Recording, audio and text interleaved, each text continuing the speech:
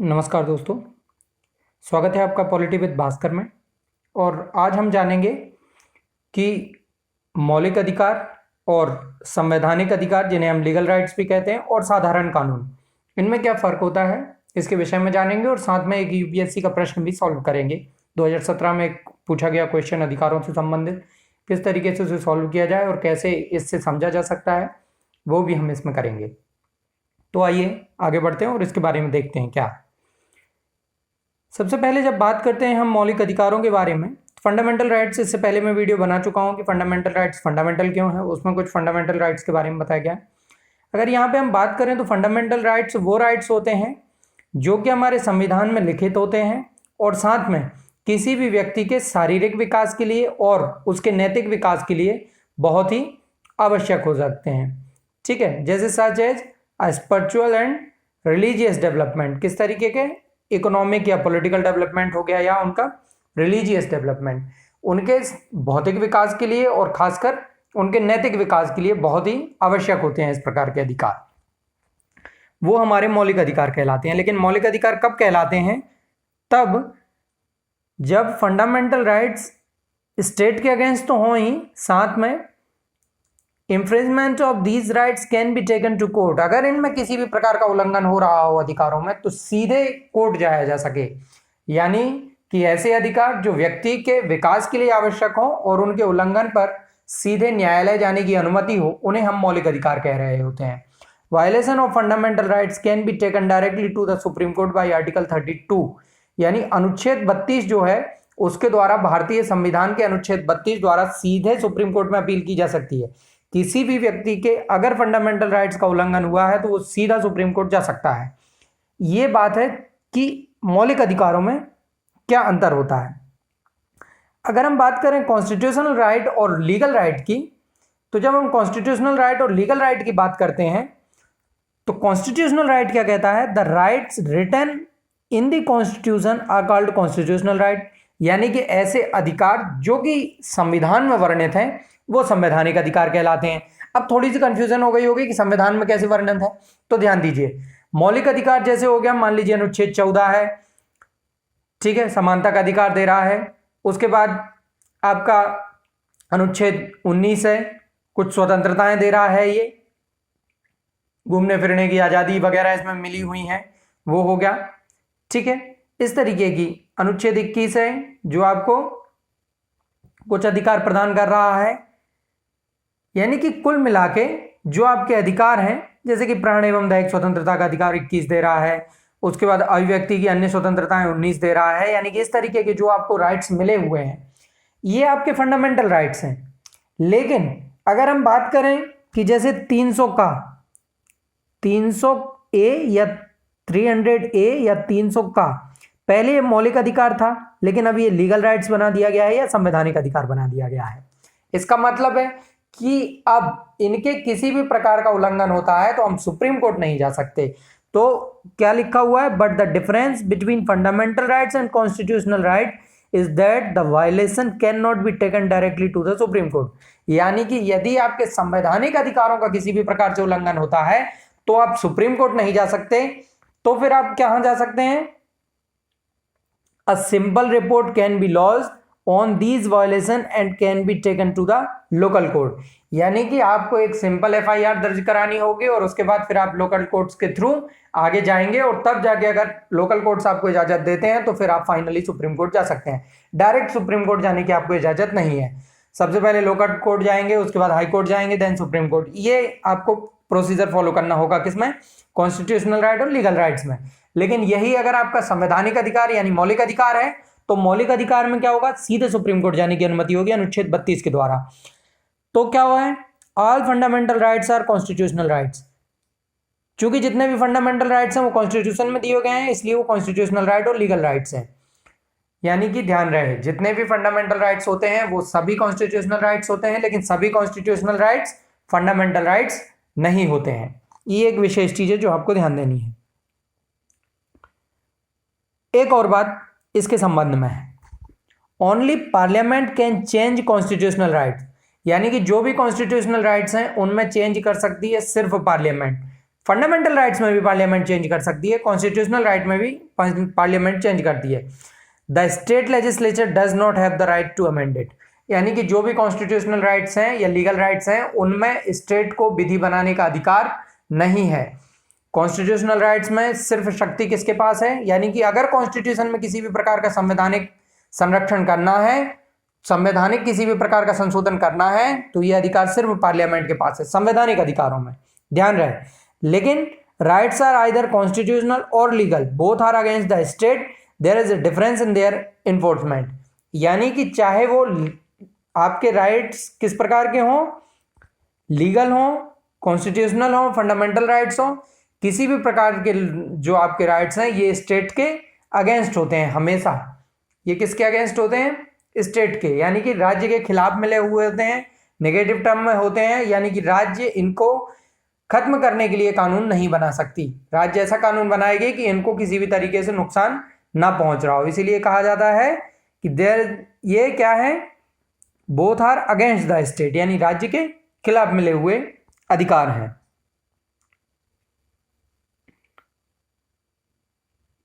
उसके बाद अगर हम जनरल लॉ की बात करें, जो हम नॉर्मल कानून जो देखते हैं, जनरल लॉ किस प्रकार से होते हैं, जैसे मान लीजिए कि कोई कानून बनाया गया ट्रैफिक सुधार से संबंधित, या मान लीजिए कि अभी वर्तमान में कानून बना दिया गया कि लॉकडाउन में शाम 6 बजे के बाद आपको बाहर नहीं निकलना है, ये कानून है, ये जनरल लॉ है।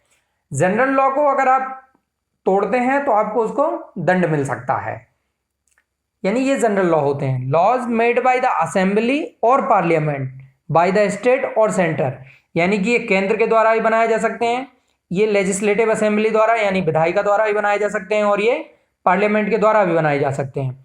Bye the sharing of the subjects of the constitution are called legal rights, और ये बनाए कैसे जाते हैं, जो कॉन्स्टिट्यूशन में हम सब्जेक्ट्स पढ़ेंगे कि स्टेट्स को, सेंट्रल को अलग अलग सब्जेक्ट्स दिए गए हैं, उन सब्जेक्ट्स के हिसाब से ही स्टेट अपने लॉ बनाते हैं। तो स्टेट और सेंट्रल अपने अपने सब्जेक्ट्स के हिसाब से लॉ बनाते हैं, वो जनरल लॉ कह रहे होते हैं।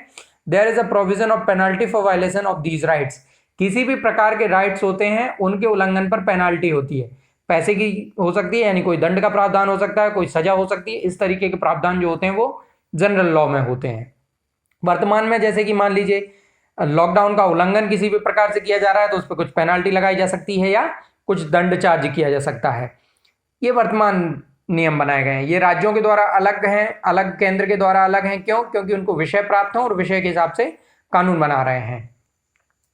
जैसे कि अभी ट्रैफिक रूल आया था, ट्रैफिक रूल में कुछ राज्यों ने पेनाल्टी को घटा के बहुत कम कर दिया था, कुछ राज्यों ने पेनाल्टी को केंद्र की तरह ही रखा था, केंद्र ने बहुत ज्यादा पेनाल्टी रख दी थी ट्रैफिक नियम में। उसी तरीके से ये जनरल लॉ होते हैं, ये राज्यों के अपने विषय के हिसाब से बनाए जाते हैं और उनमें संशोधन राज्य कर सकते हैं।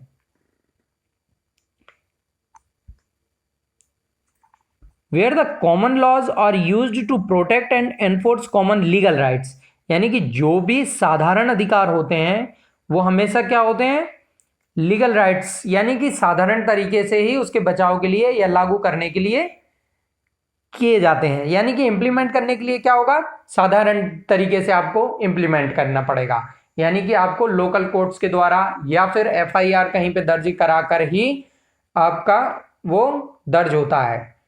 जो भी लोकल आपके, यानी कि जो भी लीगल राइट्स, यानी कि इस तरीके की जो भी राइट्स हैं जो कि आपके स्टेट के द्वारा बनाए गए हैं या सेंट्रल के द्वारा बनाए गए हैं या कॉमन लॉ हैं, उनके लिए क्या होता है, वो सारे के सारे लॉ आपके नॉर्मल FIR के थ्रू दर्ज होंगे। ठीक है।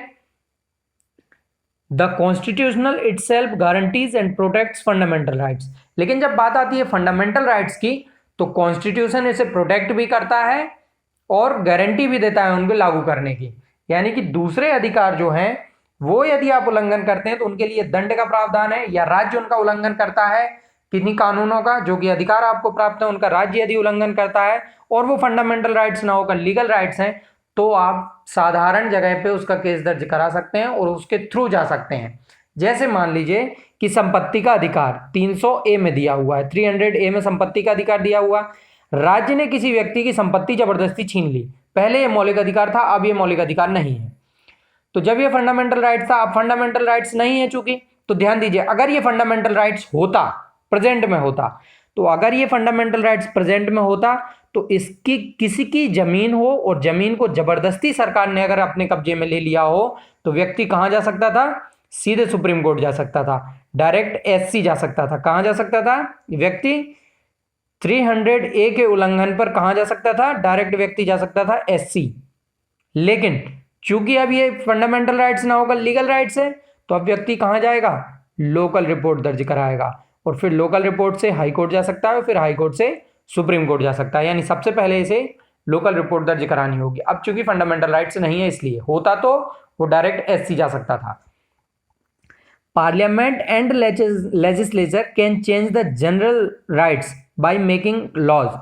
यानी कि जो लेजिस्लेचर है और पार्लियामेंट है, अगर कोई जनरल लॉ है, यहाँ पे जनरल लॉ की बात कर रहे हैं, जैसे ट्रैफिक संबंधित कोई नियम है, तो पार्लियामेंट सीधे तरीके से उसे चेंज कर सकती हैं। ठीक है, यानी कि यदि वो कॉन्स्टिट्यूशनल राइट नहीं है, जनरल राइट्स है और जनरल कानून है, तो उसे कैसे चेंज कर सकती हैं? पार्लियामेंट भी चेंज कर सकती है, लेजिस्लेचर भी चेंज कर सकती है साधारण तरीके से। लेकिन यदि वो कॉन्स्टिट्यूशनल अमेंडमेंट है, तो कॉन्स्टिट्यूशनल अमेंडमेंट जैसे आर्टिकल 368 में दिया हुआ है, सिर्फ उसी तरीके से ही चेंज हो सकता है, उसके अलावा किसी भी तरीके से चेंज नहीं हो सकता। और इसमें एक और ध्यान देना होता है कि सुप्रीम कोर्ट की जो गाइडलाइंस है कि बेसिक स्ट्रक्चर को किसी भी तरीके से नुकसान नहीं होना चाहिए, वो भी फॉलो करनी पड़ती है। Violation of constitution can be moved to high court, whereas violation of fundamental right can be appealed directly to supreme court. यानी कि यदि किसी भी प्रकार से वायलेशन होता है कॉन्स्टिट्यूशन का, यदि संविधान का वायलेशन हो रहा है, तो आप एचसी जा सकते हैं, हाई कोर्ट जा सकते हैं। लेकिन यदि फंडामेंटल राइट्स का वायलेशन हुआ है, तो आप डायरेक्ट एससी जा सकते हैं। ध्यान रहे, साधारण संविधान के किसी भी प्रकार के सरकार द्वारा किए गए उल्लंघन पर आप हाई कोर्ट जाएंगे, सुप्रीम कोर्ट नहीं। सुप्रीम कोर्ट सिर्फ आर्टिकल 32 के द्वारा जा सकते हैं किसी भी मौलिक अधिकार के उल्लंघन पर। यहां पे कुछ क्वेश्चंस दिए गए हैं। यूपीएससी 2017 का एक क्वेश्चन पूछा गया था राइट्स से रिलेटेड, उस संबंध में यहां पे एक क्वेश्चन आपको दिया गया है। इसको पढ़ते हैं और सॉल्व करने की कोशिश करते हैं। लिखा है which one of the following statement is correct. ध्यान रहे, इसको टुकड़े में तोड़ के बहुत अच्छे से समझना है। Which one of the following, यानी इनमें से कौन स्टेटमेंट करेक्ट है। ध्यान देना है, सही है लिखा है, सही नहीं है पे नहीं चले जाना है, सही है। यानी इनमें से कौन सा एक कथन सही है। अब हमने जो पहले पढ़ा उससे हमें कोई मतलब नहीं है, हमने जो बाद में पढ़ा इससे कोई मतलब नहीं है, यानी पढ़ेंगे या कुछ है, या हमारा पुराना अपना ज्ञान है, इन सबसे कोई मतलब नहीं। हमें सिर्फ मतलब है निम्नलिखित कथनों में से, यानी कि ये जो 4 ऑप्शन दिए हुए हैं, सिर्फ इनसे मतलब रखना है हमें सॉल्व करते समय क्वेश्चंस को। तो क्या कह रहा है? Rights are claims of the state against the citizens, यानी अधिकार नागरिकों के विरुद्ध राज्य के दावे हैं। लिखा है rights are claims of the state against the citizens, यानी जो राइट्स हैं वो क्लेम है किसके? स्टेट के। किसके प्रति? सिटीजन्स के खिलाफ। तो क्या जो अधिकार हैं वो राज्य के खिलाफ मिले हुए हैं, या राज्य के अधिकार हैं लोगों के खिलाफ?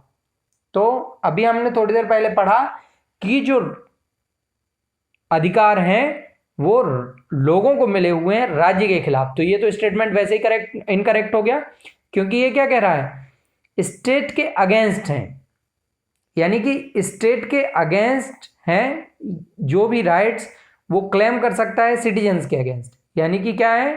अधिकार नागरिकों के विरुद्ध राज्य के दावे हैं, यानी राज्य को पावर मिली हुई है कि ये लोगों के विरुद्ध कर सकता है। बट ऐसा नहीं है, अधिकार जो है वो किसके लिए हैं? लोगों के लिए हैं, राज्यों के लिए नहीं है। ये पिछली स्लाइड में बताया जा चुका है। दूसरा लिख रहा है rights are privileges which are imported in the constitution of a state. अधिकार वे विशेषाधिकार हैं जो किसी राज्य के संविधान में समाविष्ट हैं, यानी कि ऐसे अधिकार जो कि किसी संविधान में लिखे गए हैं और विशेषाधिकार हैं, वही अधिकार होते हैं। तो ऐसा नहीं है, कोई भी अधिकार जरूरी नहीं हो कि वो विशेषाधिकार हो, और कुछ जगहों पे ऐसा भी जरूरी नहीं होता कि संविधान में समाविष्ट हो।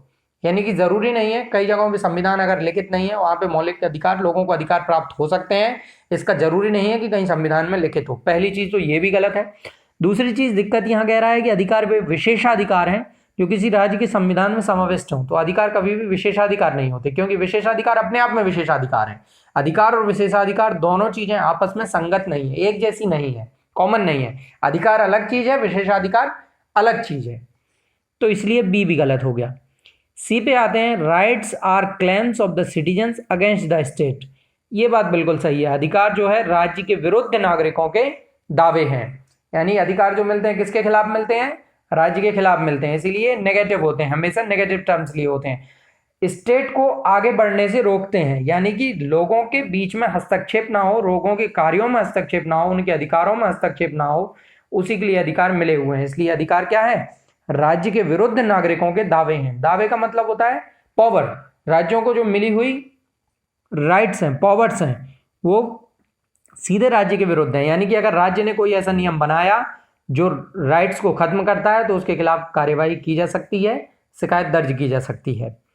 डी कह रहा है, rights are privileges of a few citizens against the many. ध्यान रहे, सी आंसर सही होने के बाद भी ऐसा नहीं है आप डी ना पढ़ें, डी को भी पढ़ के देखें। यूपीएससी में कई बार ऐसा होता है कि दो आंसर सही लग रहे होते हैं, तो दोनों आंसर जब सही होते हैं तो उनमें से जो सर्वोत्तम सही है, यानी सबसे ज्यादा जो सही है, उस पर टिक करते हैं। तो यहाँ पे कह रहा है अधिकार अधिकांश लोगों के विरुद्ध कुछ नागरिकों के विशेषाधिकार हैं। फिर सेम बात आ गई, यदि बी अगर विशेषाधिकार और अधिकार में फर्क कर रहा है तो यहाँ पे भी अधिकार और विशेषाधिकार अलग अलग हैं। दूसरी बात, ये कुछ लोगों के लिए बिल्कुल नहीं मिले होते हैं, क्योंकि बात जब अधिकार की हो रही है तो सभी लोगों के लिए विशेष रूप से मिले हुए होंगे। तो डी भी कैंसिल हो गया, इसलिए आंसर राइट है सी। अगला क्वेश्चन की अगर हम बात करें तो यहाँ पे क्वेश्चन दिया गया है, Which one of the following objective is not embodied in the preamble of the Constitution in India? निम्नलिखित में से कौन सा एक भारत के संविधान की उद्देशिका में सन्निविष्ट नहीं है? ध्यान रहे, यहाँ पे नहीं है लिखा है, इस चीज को बहुत ध्यान रखें। इस क्वेश्चन को अगर तोड़ने की कोशिश करेंगे तो which of one of the following objectives is not embodied in the preamble, ठीक है, भारत के संविधान में जो प्रस्तावना है उसमें ये उद्देशिका में क्या है, संविधान की उद्देशिका में नहीं है। लिबर्टी ऑफ थॉट यानी विचार की स्वतंत्रता, इकोनॉमिक लिबर्टी आर्थिक स्वतंत्रता, लिबर्टी ऑफ एक्सप्रेशन अभिव्यक्ति की स्वतंत्रता, लिबर्टी बिलीफ विश्वास की स्वतंत्रता। प्रियम्बल पढ़ाई जा चुकी है आपको, इसलिए इसका आंसर आप खुद कमेंट में आंसर करें, और जिसको ना आ रहा हो प्रियम्बल वाली वीडियो देखें, उसके बाद इस आंसर को कर सकते हैं आप आसानी से। तो शेयर करें, सब्सक्राइब करें। आपका स्वागत है बहुत बहुत पॉलिटी विद भास्कर में। इसलिए जारी रखने के लिए हमेशा शेयर, सब्सक्राइब और नोटिफिकेशन पे जरूर क्लिक कर दें, यानी बेल आइकन दबा दें, इस घंटी को जरूर दबा दें, ताकि आपको क्या बेल आइकन के थ्रू नोटिफिकेशन मिलती रहे जब भी नई वीडियो आएगी। Thank you so much.